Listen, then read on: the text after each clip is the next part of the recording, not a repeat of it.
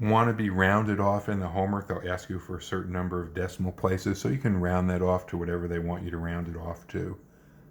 001, 002. So that's the way of getting the standard deviation and the variance just using the calculator. Now there's one other concept involved here, and it's something that they call the range rule of thumb.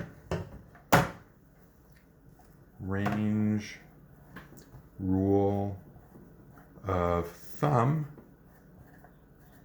which says values are significantly high if they're more than two standard deviations above the mean, significantly low if they're two standard deviations below the mean. So significantly high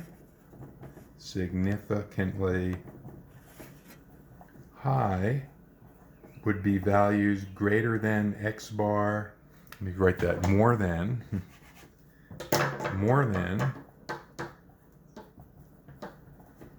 x bar plus 2s, and similarly a value is considered significantly low if it's less than x bar minus 2s.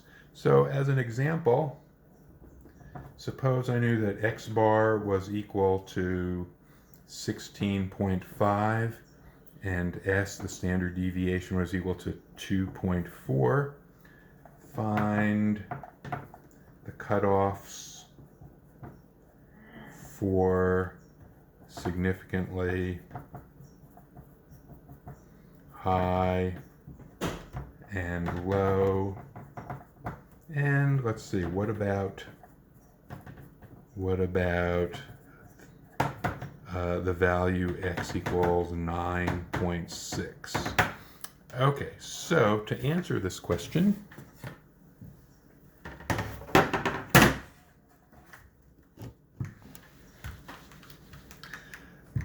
the cutoff for significantly high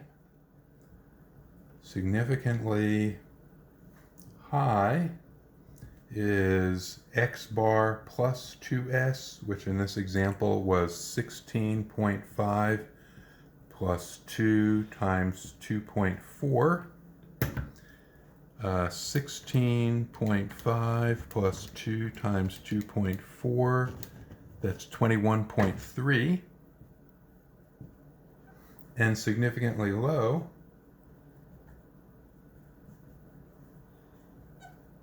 that would be x bar minus 2s, so that's 16.5 minus 2 times 2.4.